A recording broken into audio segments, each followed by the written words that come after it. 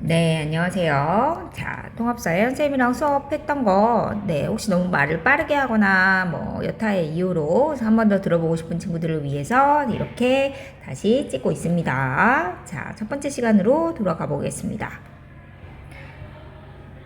자, 선생님 첫 번째 시간에 얘들아, 요 바다를 그리면서 거기에 배에 아이가 있고, 그 아이를 보고 얘들아, 이 아이한테는 행복을 추구할 권리가 있니? 이렇게 물어봤어요. 여러분들이 네 라고 거의 0.1초의 포즈도 없이 바로 대답을 했다는 거죠. 그때 여러분들의 대답의 이유는 그래, 걔가 사람이니까 걔는 인간이라면 누구나 누릴 수 있는 기본적인 권리를 누릴 수 있어. 걔는 인권을 가지고 있어. 이렇게 생각을 했던 거죠. 자, 그러면 인권이라고 하는 건 걔가 사람이기만 하면 누릴 수 있는 거잖아요. 그러니까 인류 모두의 권리인 거죠. 보편적 권리인 거고. 걔가 태어나면서부터 당연히 가지는 거야. 뭘 해야 얻을 수 있는 게 아니고 당연히 가지는 거예요. 왜냐하면 하늘이 그 친구한테 부여하는 거. 천, 하늘, 천, 부, 부여하다, 인권. 자, 남한테 줄 수 있냐? 남한테 줄 수 없죠. 남한테 주면 걔한테는 인권이 없는 상태인데 줄 수 없는 거죠. 자, 이거는 그 누구도 침해하거나 가져갈 수 없는 불가침적인 권리다. 자, 그리고 이거 국가가 만들어지기 이전에도 이미 천부 인권 얘기했었잖아요. 그러니까 자연적으로 자연 상태에서 가질 수 있는 권리, 자연권 이렇게 얘기를 한다는 거죠. 근데 선생님이 또 한 번 질문을 했었잖아. 그 바닷가의 아이를 보고 얘들아, 그런데 이 아이는 행복을 추구할 권리가 보장이 될까? 그니까 너네가 약간 고민하면서 네라고 한 사람도 있고 아니오라고 한 사람도 있고 상황에 따라 달라요 이렇게 말한 사람이 있어요. 왜냐면 너희들의 고민에도 보장은 보장의 주체가 있어야 되는데 보장의 주체는 누구지? 보장의 주체는 정부야, 국가야. 근데 국가가 모두를 다 해주진 않을 것 같아. 그 국가의 소속 구성원만 해주지 않을까? 근데 이 아이는 어떤 특정 국가의 그 소속 구성원일까? 그 아이의 그런 소속이 있다면 그 국가에서는 행복을 추구할 권리를 보장하는 그런 국가일까? 여러 가지 고민을 하게 되는 거죠. 자, 우리가 기본권이라고 하는 것은 인권을 제도화한 것인데요. 제도화라고 하는 말은 헌법과 같은 그런 시스템 안에다가 인권을 명시하는 거야. 몇 조, 10조 모든 국민은 인간다운 존엄과 가치를 가진다. 국가는 이를 보장하기 위해 노력해야 한다. 이런 내용들이 명시가 되어 있으면 인권이 제도화된 거고 우리는 그것을 기본권이라고 해요.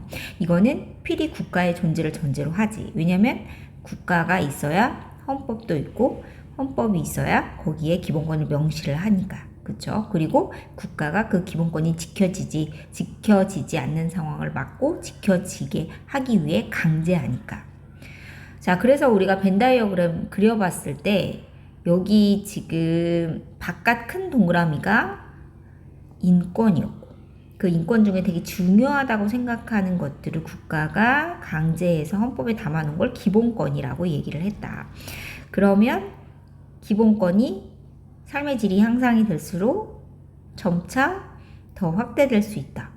왜냐면 인권이라고 하는 것들은 인간이 누려야 하는 권리, 인간이 누릴 수 있는 권리, 그런 차원인데 그런 건 사실 엄청 많겠죠. 근데 그 중에서 중요하다고 생각하는 것을 제도화한 거니까.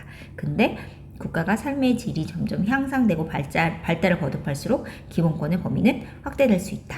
이런 얘기를 배우면서 그러면 제도화를 거쳐 인권이 확대되는 과정에 대해서 배워보자. 그래서 1세대, 2세대, 3세대 배울 거야. 이렇게 얘기를 하면서 1세대로 출발을 했습니다.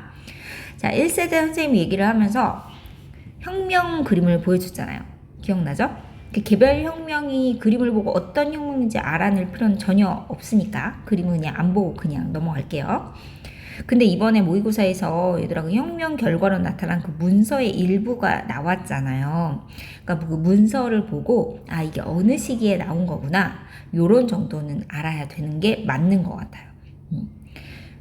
그쵸. 이번에는 그 이름을 권리장전 이런 걸 물어보진 않았으니까. 자, 명예혁명은 영국에서 일어난 거였는데 영국에서 원래 왕이 있었죠.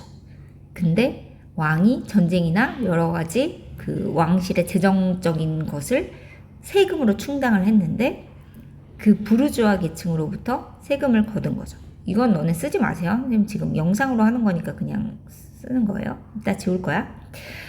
자, 세금을 거두었다는 거죠. 물론 부르주아 말고 다른 사람들에게도 세금을 거뒀지만 얘네가 돈이 많으니까 더 많은 세금을 냈겠지. 근데 부르주아 입장에서는 자신의 재산권을 이렇게 함부로 침해하는 그 왕이 굉장히 못마땅했던 거고, 적어도 세금을 거두려면 우리의 동의 정도는 받아야 되지 않나? 라는 생각을 하기에 이르렀고, 얘네가 자신의 권리를 보장할 수 있도록 어떤 정치적 결사체로서의 의회라는 기관이 꼭 필요하겠다 라고 하면서 그때 의회도 만들고 정당도 만들고 이렇게 했던 거죠. 그러면서 우리의 동의를 받아라 라고 주장을 했던 거지. 근데 제임스 2세가 안 들어주는 거죠. 그러니까 제임스 2세 아닌 것 같아. 제임스 2세 맞아요. 중요하진 않아. 네, 어쨌든 그래서 부르주아가 이제 그 되게 전제적이고 독재적인 그 왕을 몰아내고 자신의 의사를 반영을 해줄 수 있는 새로운 왕을 다시 왕 자리에 앉히게 되었다. 그게 명예혁명이다. 이렇게 얘기를 한 거였으니까 여기서는 어떻게 하려고 했냐면 의회가 국왕의 권력을 제한한 거죠. 너 이 권리 장전에 담겨져 있는 대로 통치해. 그러면서 선생님은 그때 무슨 얘기했냐면 국왕은 존재하지만 군림하지 않는 입헌군주제가 등장하게 됨을 이야기를 해요. 그러면서 제일 중요한 건 시민의 자유와 권리 보장이야. 이렇게 얘기를 하는 거죠. 그러면서 이 권리장전 내용 보면 1, 4, 5, 6, 8, 9 그리고 13조에 보면 의회의 동의를 받아라. 의회의 어떤 활동의 자유를 보장해라. 이런 내용이 계속 나오잖아. 그리고 나머지 5, 10, 12 요거는 국민의 권리에 대한 이야기를 하고 있죠. 국민의 권리. 우리가 보장받아야 되는 최소한의 국민의 권리. 이런 얘기들을 하면서 권리 보장 강조했던 게 명예혁명이다. 자, 두 번째, 독립혁명. 독립혁명은 미국이 이제 그 13개의 어떤 주로 구성되어 있었는데 식민 지배를 받았잖아요. 영국으로부터. 근데 뭐가 또 가장 힘들었어? 식민 지배를 받은 미국이 세금을 계속 내라는 어떤 과세 압박을 받았던 거죠. 누구로부터? 영국으로부터. 근데 그게 너무 부당하다고 느껴졌고 심지어 영국 의회에 참여할 기회도 주지 않으면서 그렇게 요구하는 것들에 대해서 이제 저항을 하기에 이르게 된 거지. 그러면서 우리나라의 일은 우리가 결정한다. 우리나라의 일은 우리나라 국민이 결정한다. 국민주권. 그래서 만약 어떤 정부가 우리의 어떤 기본권을 보장을 안 하고 오히려 침해하고 이런 일이 생기면 우리는 새로운 정부를 조직할 수 있다. 이런 저항권을 주장을 하면서 독립을 하기에 이르르는데 여기 보면 그 독립선언문 전문에 몇 개 양도할 수 없는 권리를 창조주가 부여했다. 천부인권. 우리 근대 심리혁명에서는 전부 다 천부인권 사상이 깔려 있어요. 정당성을 이제 그렇게 보는 거지. 사상적 정당성이죠. 그리고 이 정부의 정당한 권력, 인민의 동의로부터 나오는 거야. 인민이 동의하지 않으면 이 정부는 권력을 행사할 수 없어. 왜냐면 그 권력, 국가 의사결정의 최종 권력은 국민한테 있거든. 여기서 또다시 국민 주권을 알 수 있는 거고. 아까 선생님이 얘기했던 어떤 형태의 정부든 국민의 기본권 보장이라는 목적을 파괴할 때는 개혁, 폐지할 수 있고 효과적으로 다시 그런 역할을 할 수 있는 새로운 정부를 조직할 수 있는 권리, 저항권이죠. 이제 이런 것들을 표방을 한 거지. 그쵸? 자, 그리고 프랑스 혁명이죠. 이제 이거는 시기 순서대로 배열이 된 건데 이번에 프랑스 혁명이 그 인권선언 요게 그 모의고사에서 나왔었죠. 자, 소유권, 자유권, 평등권.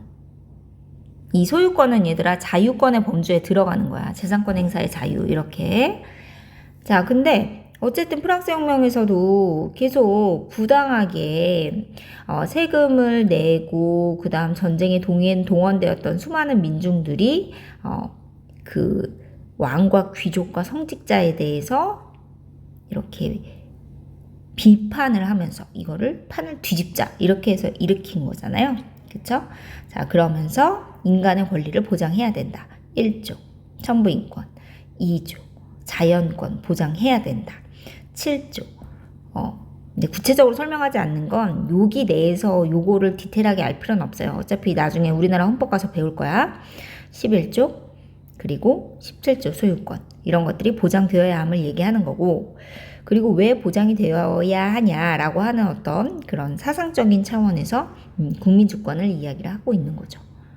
국민에게 국가 의사결정의 권리가 있다. 자, 이런 시민혁명 과정이 이제 잘 성공적으로 마무리가 되면서 이제 부르주아들이 의회에 의해서 입법권을 가지게 되고 본인의 어떤 이익을 보장할 수 있는 법을 만들고 그런 일들이 착착 진행이 되는데, 근데 거기서 소외된 사람이 있었다. 소외된 사람을 선생님이 그때 노동자들 하면서 노동자들이 뭐 노예가 될 수밖에 없다 이런 식으로 가다가는 그런 연설문 보여주고 그랬었죠.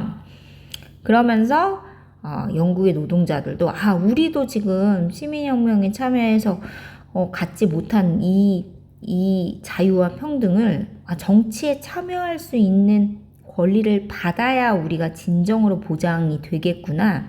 우리가 투표권이 있어야 그 의회 의원들이 우리를 신경 써주고 우리를 위한 정책을 만들겠구나. 우리가 의회 의원이 될 수 있어야 우리가 직접 우리의 권리를 보장할 수 있는 법을 만들겠구나. 이런 생각을 하게 된 거죠. 그래서 참정권 바꿨었죠, 선생님이. 그러면서 성년 남자는 모든 일정 연령 이상의 모든 사람에게 투표권, 선거권을 부여해야 돼. 물론 성년 남자라는 제한이 있었지만 나중에 그래서 여성 참정권 운동을 촉발하는 계기로 작용을 하죠.